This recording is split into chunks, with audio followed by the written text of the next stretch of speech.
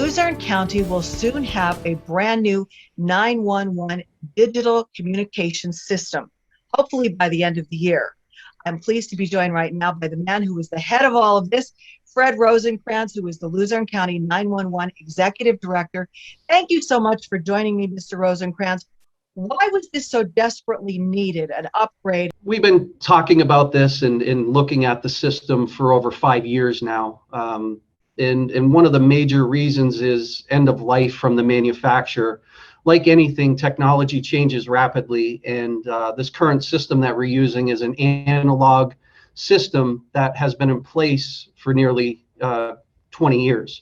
So a lot of the equipment, as you can imagine, is outdated at our tower sites, and receiving that end of life notice from the manufacturer, not that the system's going to shut off tomorrow, but any parts or pieces that we need for the system or anything that we need to replace, it's very difficult to find them. And I did not want to be in a place where for public safety radio communications, we're buying parts off of eBay or looking for non-Motorola vendors for these parts. So that's one of the major reasons as technology shifts, and it's long overdue. The public safety agencies and end users in our county deserve nothing but the best in radio communications, and that's what we are hoping to implement for them in the near future. Will this mean then better communication and better service in all areas of the county? Because I'm sure there were some areas in the mountain areas or behind mountain areas that were difficult to reach. Absolutely. There are certain parameters and requirements within this contract that require coverage throughout our county and minimum standards. And additionally, with the narrow banding standards mandated by the FCC many years ago, that reduced our signal as well. So there's a lot of things that came into play against having solid coverage for all the public safety users out there. Especially in the south of our county, we're going to be adding tower sites and other areas. So we're really looking forward to being able to add to the coverage in our county, something that is not being covered right now under the old analog system. And I would think too, I read that now the police transmissions will be encrypted or what. So this is a safety factor as well, correct? Absolutely. We're looking at officer safety and privacy issues.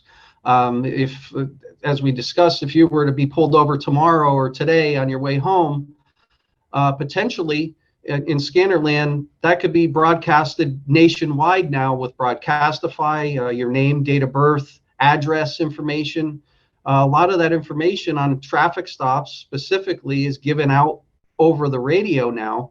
To officers if they're not using a mobile data terminal or something like that. So it's a crime for me to release the identity of a victim, caller, or witness, but yet we're giving out identifying information over the radio. And it's also an officer safety issue. And obviously such a major problem or major project has a major price tag attached to it. So, and the price went up a little bit too, considering the fact that prices are going up in a lot of things.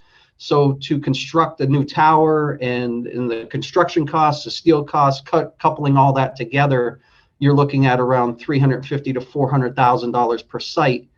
So right there, with 4 sites failing structural analysis, that's 1.6 million of the 1.8 unbudgeted, that we unaccounted for through this process. So there's some things we can work through, but as I notified council at our last meeting, I'm not looking for council to borrow any more funds with that. We'll be able to absorb those costs, hopefully with the new federal funding that we received from the government under the CARES Act, and also some 911 funding through sound fiscal management. We have some funding that I can use towards some of these costs. So we'll be able to absorb them without a tax increase or without going to council for more borrowing. So they're very happy about that.